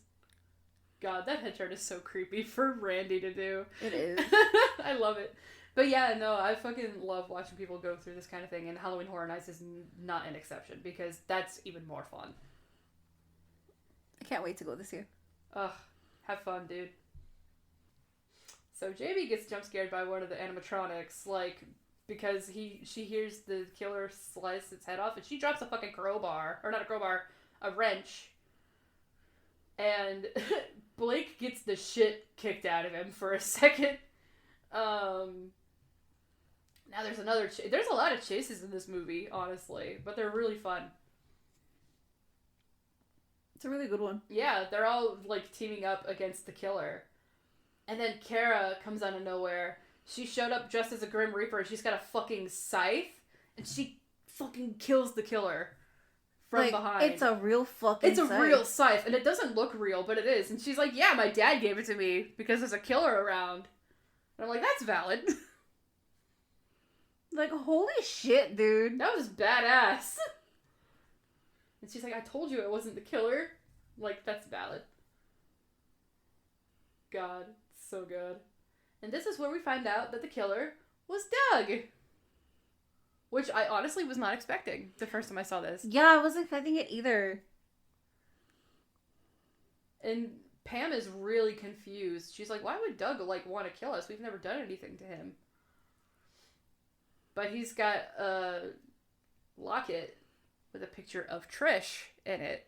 Mm-hmm. And it turns out that they were boyfriend and girlfriend. And the reason why Trish got into a car accident was because there was a rumor going around saying that she'd slept with Coach Zane, which was the gym teacher we saw earlier. And Tiffany invited her over because they wanted to find out if it was true or not. And Tiffany got her really drunk. And it upset Trish. She must have called Doug.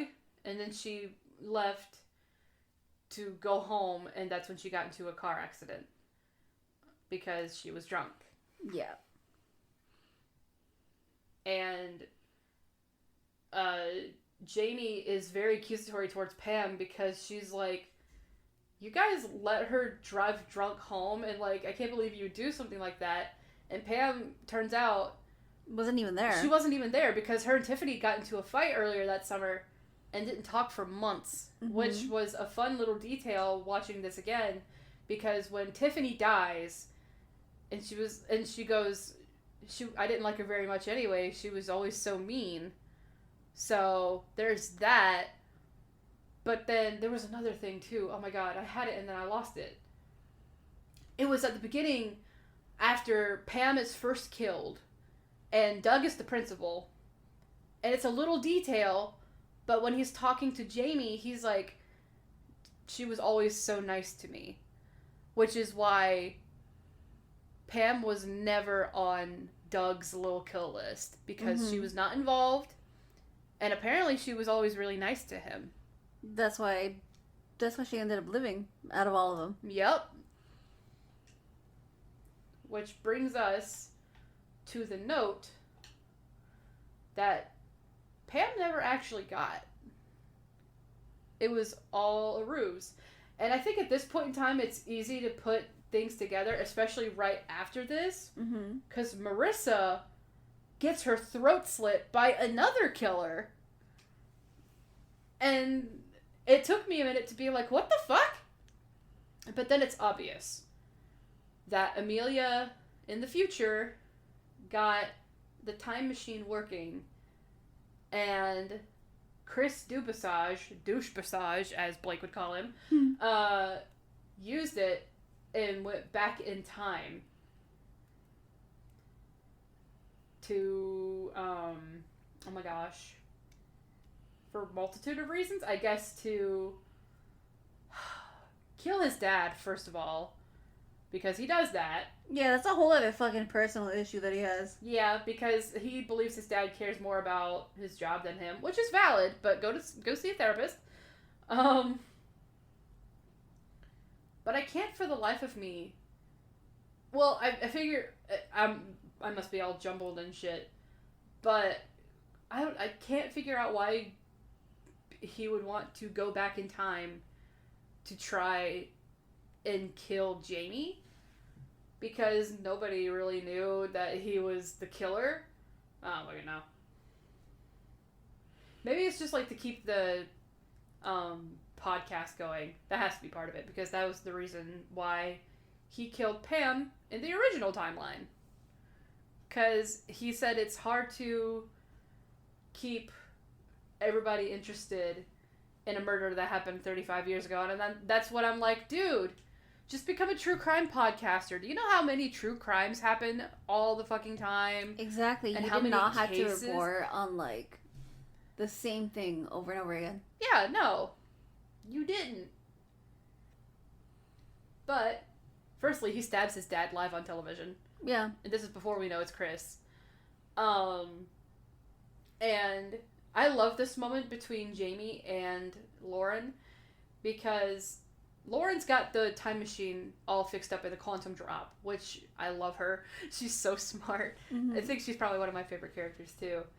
But there's that. They share a hug, and Jamie takes off her jacket, gives it to her, and says, "Give this to my mom." And then Lauren leaves, and we don't see her until 35 years later. Oh, and she does tell Jamie, "Tell my daughter I said hi," which I think is really sweet. Oh. Yeah, she almost got to. Yeah, she almost got fucking murked.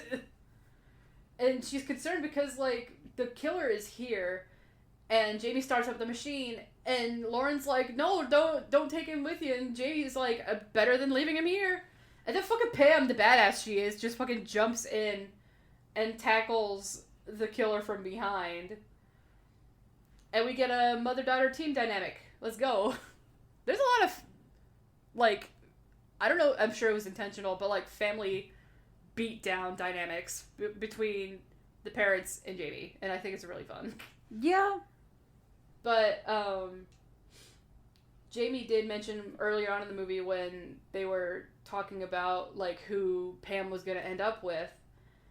And she mentioned the quantum drop, where she was like, you're not supposed to date until later in college, and then you're going to end up at the quantum drop where you find out something really important, but that can't happen if you guys get together now, or something like that. Mm-hmm. And in this moment right here is Pam is like, I think you mentioned the quantum drop. I think that had something to do with you. And there's something that gives me chills about the way Jamie says, "You and I have been here before." And I'm like, oh, cool. How about I cry, dude? I do want to mention that in this quantum drop, in this time machine, you have to stay in the middle, because if you don't, and this is Lauren's words, you will explode. So, like, we're on a time crunch right here a little bit. Yeah. And by the middle, it's the control panels. Yeah, it's the control panels.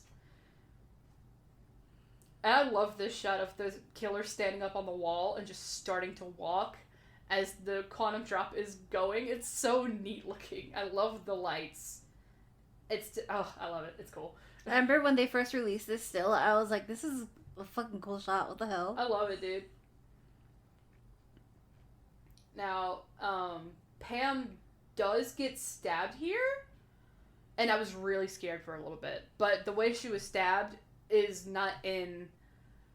clearly not in a very important part of her body. Mm-hmm. It's like in her, like, midsection, like towards her side. So it's nothing too important there, apparently.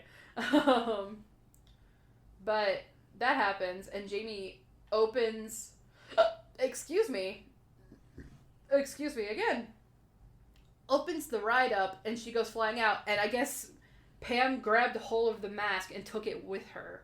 And that's when we get the reveal of Chris being the killer, which was very fun, because I was like, I should have figured that was that creepy motherfucker. Mm-hmm. God. So we get into this last little tussle.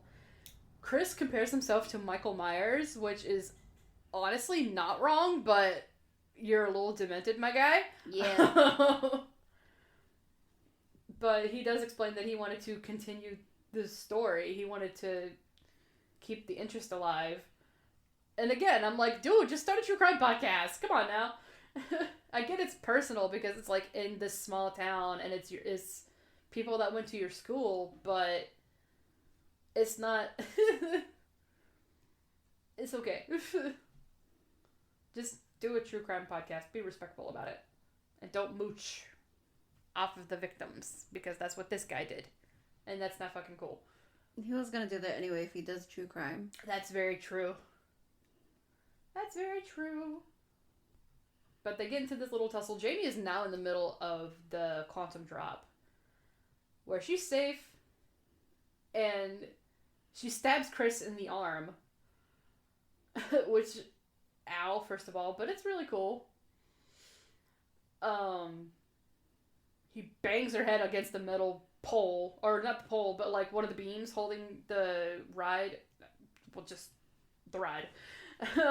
She gets a little bloodied up, and she fucking fires the nail gun at him that Amelia left behind, or Lauren left behind in the middle of the ride, and then she kicks him, and he falls against the wall, and explodes into pink mist. Which is It's fun. a cool effect. It's a really cool effect. I think it's one of the coolest kills I've seen in a while. Because it's just instantaneous. But, now we're going back to 2023. And it's honestly a really good emotional punch seeing adult Pam alive and well again. Because first of all, I'm crying. Second of all, I don't know. It's really nice. I also like this little detail. It's a subtle detail that you notice right here when Jamie first goes into the house. There's a gay flag, a pride flag up on the wall, which is something that comes up here in a second. Because we mentioned that Jamie has an older brother now. He's gay. And also, her name is not Jamie anymore. But we'll get to that. This moment right here. People talk about how, why didn't Blake and Pam recognize her when she comes back? I think this moment right here where she's hugging Pam, the look on her face tells me that, oh my god, I recognize this girl now. Mm-hmm. I don't know why. There's just something, that subtle little detail. I feel like she actually recognizes Jamie. as being Jamie. But I don't even know I don't know how to explain it. I think a fun little thing later on, because Jamie's name is now Colette, which I like the name Colette personally, but it fucking sucks because now she has to change her whole identity. Mm-hmm. But I think it would have been very fun if they actually had her if they had Pam slip up on her name and go Jamie Colette, like she knows who it is. I think that would be really cool. On the flip side, though, that also means that her and Blake named their first kid after Jamie. Which I really like. It's cute, though. It's really... I'm like, that's awesome, you guys. I fucking love you, too. But, like, this little moment of, like, oh, why? Because Amelia and Lauren show up. And they're like, what are you guys doing? And Jamie's like, what are you guys doing here? And apparently everybody comes around. They're all friends. Because at the beginning of the movie, Lauren clearly is just, like, not a fan of Blake and them. But now they all, like, get together and celebrate Halloween together. And this didn't happen at the beginning of the movie either. Blake and Pam do couples costumes for Halloween in this timeline. Mm-hmm. So they're going as Mr. and Mrs. Smith here for Halloween, which is cute. But Lauren sits Jamie down outside alone because this is going to sound insane to everybody else. I like that she kept a journal. She kept a journal, but she also kept a gun on her. Yeah, just in case the killer didn't die. But she did keep a journal to tell Jamie what is different for her. And we meet her brother. And we get another moment of Jamie being like, who is that? Like she did with Blake earlier. And Lauren's like, so your parents got together like immediately after you left, and that's your 34-year-old brother. And Jamie's like, oh my god, why does that keep happening? It's so funny. I love it. Which I can relate. I have a brother who's 17 years older than me too. And also, Pam has a relationship with her mom in this timeline too. Which is really nice. Yeah. I love it. Almost getting killed is humbling. Yeah. And it ends with Jamie just fucking time travel. And then it ends. But we do get a little glimpse of the journal. Her brother Jamie, who has a husband named Jason, and they have a daughter named Veronica. She's 3. She's adorable. Lauren is a bioengineer, and Amelia is still her best friend. Randy became the principal, which is very fun, because Doug was the principal in the previous timeline. Mm-hmm. And Kara is still very much the sheriff, but she also still very much loves weed. And Damon opened up a gaming company and an anti-bullying charity in honor of his sister, which is awesome. And Eddie named his band A Waterbed Away because that was as close as he got to death, apparently, which is funny. And I feel sorry for this timeline's Chris because he got traumatized by seeing his dad get murdered on live TV, so now he's in India, and he's in a monastery. So that sucks. Damn. But Lauren still keeps tabs on him, just in case. And that's totally killer! That's how the movie is. That's how the movie is. This movie's so fun, dude. So, what do you rate this out of Time Machines? 5 out of 5. I also gave it a 5 out of 5. It's so fun. It's such a good movie. Oh, man. So, guys, guess what? Huh? We couldn't find anything for box office. Oh, yeah, dude. We both looked. There was nothing for box office or budget. And usually even like when we search up like Netflix movies that are specifically just for Netflix, they at least have a budget. But this one, we couldn't find anything on it. Yeah, which this was Amazon Prime. Yeah. And I was so surprised. Like, because we both looked and we couldn't find anything at all. Nothing. Not even like digital sales or anything. Nope, not on IMDb, nothing. Not Wikipedia. Nothing like that. Which is like really weird, but I guess that's fine. real quick. Because it got dark in here. And I can't see anything. Almost hot, so I'm turning the fan on. But yeah, like, we could not find anything about this fucking... Not the budget, at least. Do you have any fun facts? I have like 4. Okay, that's fine by me. Yeah, there's not many. So as you probably noticed, that their last name, Hughes, Yes. is a reference to John Hughes, From... the director who did like Breakfast Club, Pretty in Pink. Oh, wow. I did not notice that. Yeah. In my defense, I did not like The Breakfast Club. And I've never seen Pretty in Pink. I've seen Pretty in Pink. Yeah. Man, I bet Pam was real happy about that when she got married to Blake. What else you got? So they named Kiernan's character after Jamie Lee Curtis. Yes, bitch. No wonder there's a couple little Halloween references here and there. Mm-hmm. I love that. For Tiffany's murder, apparently it was a reference to a similar death that happened in Pieces, which is a movie that was released in 1982. Oh. Damn. That sucks. But, like, damn. This is one thing that I noticed, like, in the beginning, where Jamie is, like, talking with her mom, and her mom's being, like, overly protective of her. Yeah. It reminds me of Halloween H2O with Jamie Lee Curtis. Uh-huh. And she's having that, like, conversation with her son, John, because she catches him, like, sneaking out of school. Yeah. It's a boarding school that they're at. And she's like, you know that this time of year is really hard for us, John. There's a lot of Halloween references in this. I really like that. Yeah, there is a lot. And, John, just like Jamie, goes against his mom and is like, it's hard for you, not for me. I want to live my life. Yeah. Oh, man. That's fun. God. This movie is so fun, dude. I love it. It's such a good one. It's so good. 5 out of 5. 5 out of 5. And I'm sorry you guys had to hear me simp over Charlie Gillespie for a little bit. She's over here laughing her ass off, but I'm like, it's gonna be embarrassing later. Oh well, I don't care. I've been on the internet since I was 17, putting myself out there, streaming and shit. So this is not anything new. Like, no, it's not. God, I hope he doesn't see this.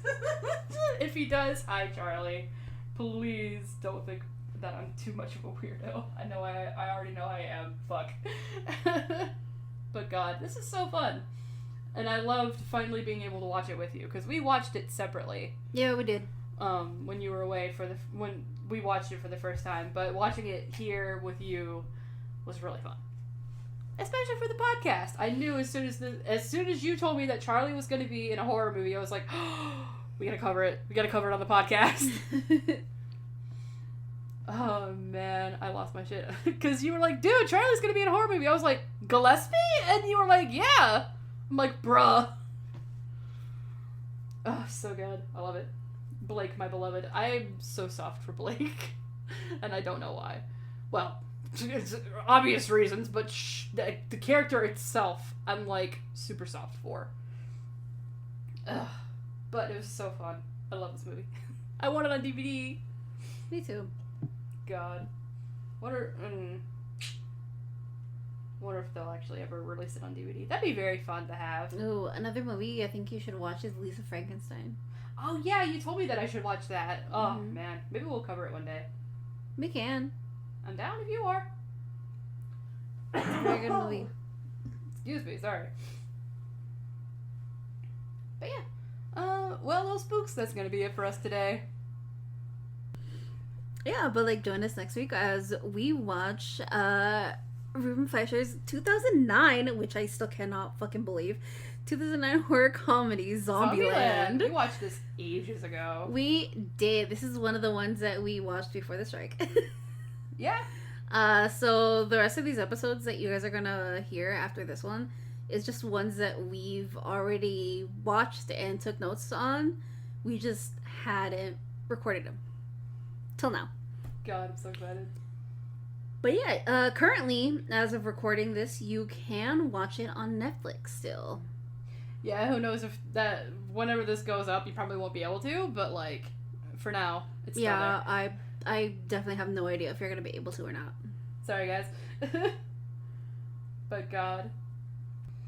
Don't forget to rate us and tap that bell icon on Spotify so you don't miss an episode. If you want to follow the Guarded by Demons socials, we're on Twitter at Guarded Demons. We're also on Anchor, YouTube, and Instagram at Guarded by Demons. We also have an email. I'm rusty, guys. Sorry. guardeddemonpod@gmail.com if you want to write in and suggest some topics, movies, or games we could play on the podcast. And ye old classic, I read the emails. If you're gonna tell us how we did, be nice or I will cry. God, I've missed saying that. We also have a Patreon. So we have 3 tiers, and depending on the tier that you get, you can get early access to our weekly episodes a day early. You also get access, all 3 tiers get access to our Discord server. Mm-hmm. And you get a little role in our Discord server, so your names are color-coded, and I think it's really nice. Yeah, it's like Spook, Ghost, and Demon, right? Mm-hmm. Hell yeah. You also get exclusive videos that we will put out on Patreon, just for Patreon, if we cover any newer movies or just topics that we feel would just fit for our Patreon orders. Yeah, at the Demons Theater, we like to call it. Mm-hmm. So you guys will get all that, and maybe camera content where we will have Q&As and maybe just have little hangouts with you guys. Face reveal? Face reveal? Maybe. But yeah, you can go and be one of our little patrons if you want to. That is, it's not mandatory at all. Yeah, the rolls are $5, $10, $15 respectively. Yeah, we didn't make it expensive. If you can't even do that, it's completely fine. It's optional. Yeah, it's only just like if you want to support us in a little way, that'd be awesome. But if you can't, that is okay. It's completely fine. We're just honestly really happy that you guys enjoy us in general. Yeah, we've missed you guys. It's been a while. Definitely. Shout out to you, Joey. I know you're listening to this. Joey Cruz over on Twitch. You should go watch him. He's really cool. He's a fun guy. Oh, and before we get to our own little shout outs, shout out to a friend of ours. She told us that what do they work at? An animal shelter or volunteer at an animal shelter? Yeah. You two, hi. We know you're fans of us. I really hope this makes you flip out. Thank you for listening. When you told me that a friend of ours ran into fans of ours. Yeah, so apparently there are 2 coworkers at their job that listen to us. And we were like, are you serious? And she's like, yeah, they came up to me and they asked like what I was listening to. And we're like, no way, you listen to that too. So yeah, shout out to you. You told us, like, we got told that, and we were like, oh, we have to give them a shout out the next time. Oh, definitely. We put an episode out, and we didn't get to do that last year. Hopefully they're still listening, so we're doing that now. Hi, guys. I'm glad you enjoy our little cozy little podcast. We're goofy. We hope we make you laugh and all that good jazz. Alright, guys. Well, once again, I am Kimberly, and if you want to follow me on any of my personal accounts, I am Sweet Little Spook on Twitter, where I retweet a bunch of horror movie news, a bunch of personal, like, music stuff that of bands that I listen to, and here and there some funny memes. I am also on Twitch on Spooky Sweetheart. I play horror games. Mostly it's Resident Evil because that's all I own at the moment. But I plan to possibly buy more games, hopefully, as time goes on. And I want to get back into streaming because I miss it so much. Fuck yeah. Also, if you are listening to this on YouTube, don't forget to like and subscribe. And don't forget to comment. Suggest us movies, games that you want us to play. Specifically, No video games, just like general voice games that we both can play. Yeah. I still have our Fuck, Marry, Kill in my room. Yeah, that's one example of what we can do. That was fun. Oh man, we should add some people from Totally Killer to that one. Oh, we should. If you guys ever want us to play Fuck, Marry, Kill again, I'm so down. And I'm Lexi. If you want to follow me on Twitch, it's at SemiProEagle. I play a variety of games there. I don't really draw anymore. It's not my niche anymore. But occasionally I do cooking streams when I'm cat sitting at my aunt's house, which is what I'm doing now.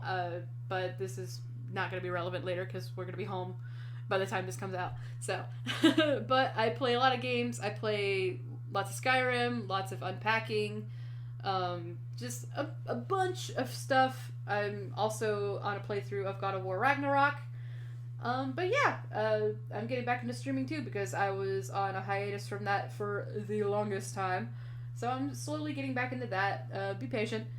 I'm also on TikTok under the same handle, SemiProEagle, and I'll post some of my nerdy stuff, like talking about. I recently made a video about Suze, which is another one of Charlie Gillespie's movies. I cried.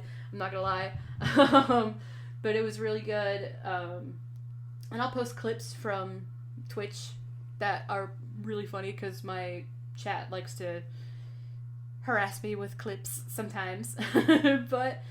And I think that's about it. So yeah. Alright, guys. Stay spooky!